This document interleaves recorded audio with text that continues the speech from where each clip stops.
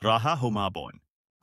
Si Raha Humabon ay ang Raha ng Cebu sa panahon ng pagdating ni Fernando de Magallanes sa Pilipinas noong 1521.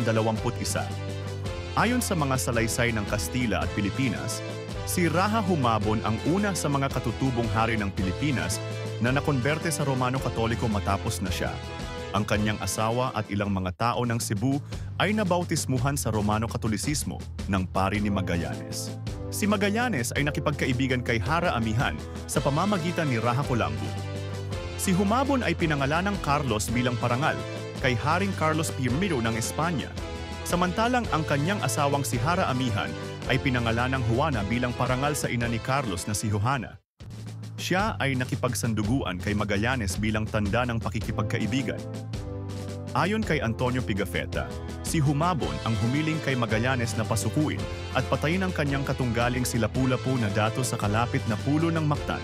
Ang pagpupulong sa pagitan ni Humabon at Enrique ng Malacca na aliping sumama sa paglalakbay ni Magallanes ang patunay ng pag-iral ng lumang Malay bilang katutubong wikang sinalita para sa pakikipagkalakalan sa Pilipinas na dinokumento ni Pigafetta at Miguel Lopez de Legazpi. Pagkatapos ng kamatayan ni Magallanes sa labanan sa Mactan at ng pagkabigo ng mga Kastila na talunin si Lapu-Lapu, nilason ni Humabon at kanyang mga mandirigma ang mga natitirang sundalong Kastila sa Cebu sa isang piging. Ang ilang mga tao ay namatay kabilang mga pinuno ng ekspedisyong sina Duarte Barbosa at Juan Serrao. Ayon sa tradisyon, si Raha Humabon ang apo ni Haring Srilumay na isang maliit na prinsipe ng dinastiyang Chola mula sa Sumatra na nagsanay ng Hinduismo at tumira sa Visayas at nagkaroon ng ilang mga anak. Ang isa sa mga anak na lalaki ni Srilumay ay si Sri Alho na namuno sa lupaing kilala bilang Sialo na kinabibilangan ng mga kasalukuyang bayan ng Karkar at Santander sa katimugang rehiyon ng Cebu. Si Sri Ucob ay namuno sa kaharian ng Nahalin sa hilaga na kinabibilangan ng kasalukuyang mga bayan ng Konsolasyon, Liloan, Compostela, Danao, Carmen at Bantayan. Siya ay namatay sa labanan na nakikipaglaban sa katutubong Magalos mula sa Mindanao.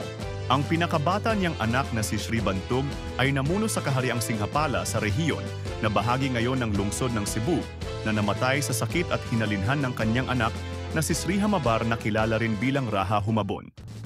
Si Sri Bantug ay may isang kapatid na lalaking si Sri Parang na isang paika-ikang maglakad ngunit hindi makapamuno sa kanyang kaharian dahil sa kanyang karamdaman. Ibinigay ni Sri Parang ang kanyang trono sa kanyang pamangkin na si Humabon bilang rehente at naging Raha ng Cebu.